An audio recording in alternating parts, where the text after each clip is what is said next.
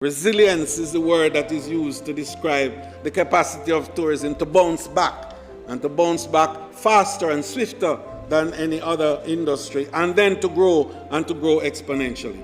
So historically then, as we seek to recover and prepare for the future, we enhance new strategies, a new orientation and a new ethos that will ensure that the tourism sector becomes more resilient, sustainable, inclusive, and competitive.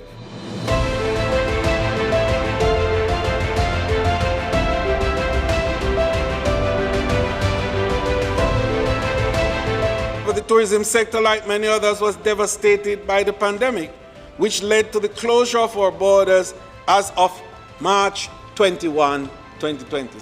And for the foreign exchange, which was critical, we generated only 1.3 billion, coming down from 3.7 billion in 2019.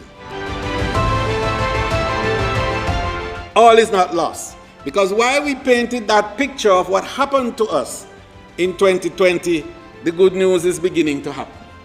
So that starting in January, we had 40,000 visitors.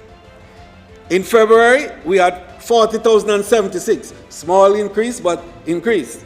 And then in March, 69,000 visitors.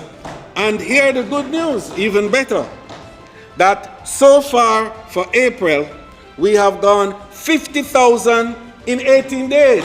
The general outlook for the upcoming fiscal year, Madam Speaker, is quite positive, as we expect to realize growth of 122% on earnings. Sounds big because we're coming from you know where, right? And 236% for arrivals. Of this number, we hope to welcome 1.043 million stopover visitors, which is a 117% increase over last year's stopover numbers. The Norwegian Cruise Lines is the one that's doing the home porting in Montego Bay, just to get it right.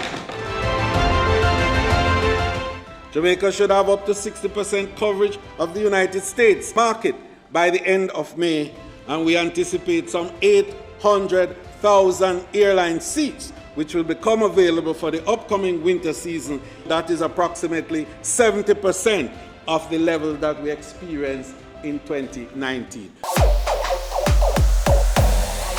We are implementing strategic measures to rebuild a product that is safe, equitable, and generates economic opportunities for more Jamaicans. We must continue to provide much needed support to assist our small and medium tourism enterprises within the industry who are reeling from the effects of COVID-19, including our artisans, our craft vendors, our transportation providers, restaurants and eateries, bed and breakfast, and our farmers.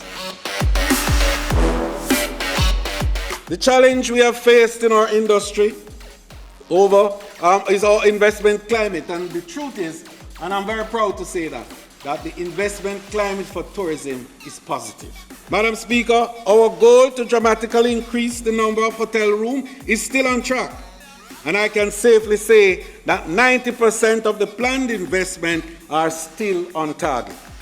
Over the next 2 years, we will see the development of over 7,000 new hotel rooms, providing more than 20,000 new part-time and full-time jobs in the region. The St. Thomas Destination Development and Management Plan has been completed and will be unveiled within this fiscal year. The plan has identified 51 projects for implementation over the decade to 2030. Of which 40 projects will be led by the Ministry of Tourism. We will then complete the work that we started on Negril, on the Negril development, and then we will move from there to structure the overall tourism strategic and action plan for Jamaica. We'll be resetting the Jamaican tourism, and we'll identify and establish innovative policies, systems, protocols, and standards that assure our visitors a safe, secure, and seamless experience while building out a new national tourism model based on a diversified portfolio of unique and authentic attractions and activities which draw heavily on the Jamaica's natural and cultural assets.